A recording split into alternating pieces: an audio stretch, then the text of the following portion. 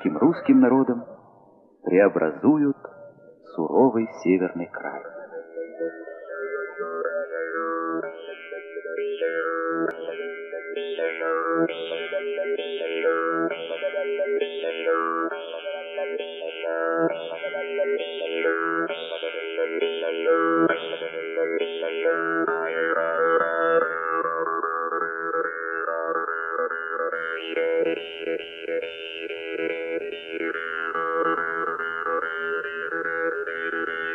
Когда два якута встречаются в пути, они говорят друг другу «кэпсе».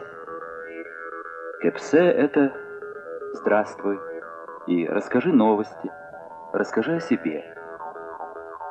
Вот и мы говорим «кэпсе, Якутия, рассказывай».